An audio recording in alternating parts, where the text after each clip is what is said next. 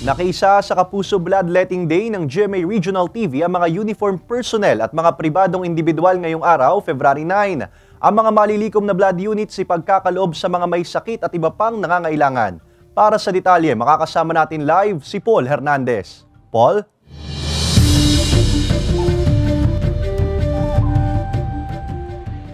Yes, sa isang makabuluhang aktibidad na bloodletting project ng GMA Regional TV, nakiisa yung ilang Batanggenyo ngayong long holiday weekend, mapapribadong individual o uniform personnel.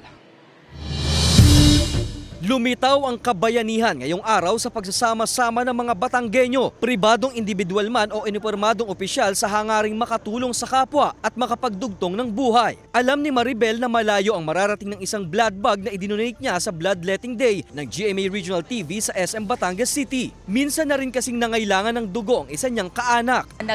50-50, kailangan niya yung dugo na wala silang makuhanan. Naiibang misyon ito para kay Police Lieutenant Colonel Diana Del Rosario ng Batangas City Police na literal na sariling dugo niyang inalay sa kapwa. Siyempre masaya na tayo ay makatulong, no?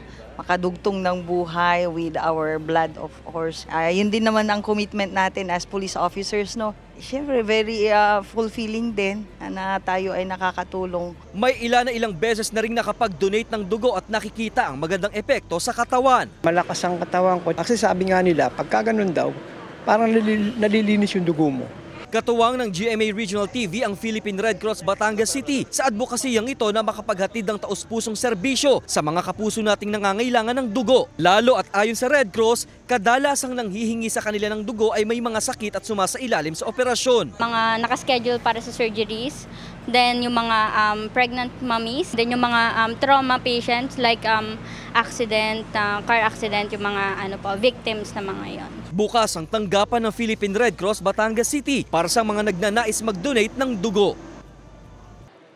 Okay, Ace, itong bloodletting project ay hindi lamang nangyayari dito sa lalawigan ng Batangas. Nagaganap din ito sa iba't ibang GMA Regional TV station sa buong bansa. At yan muna ang latest mula rito sa Batangas City. Ace. Maraming salamat, Paul Hernandez.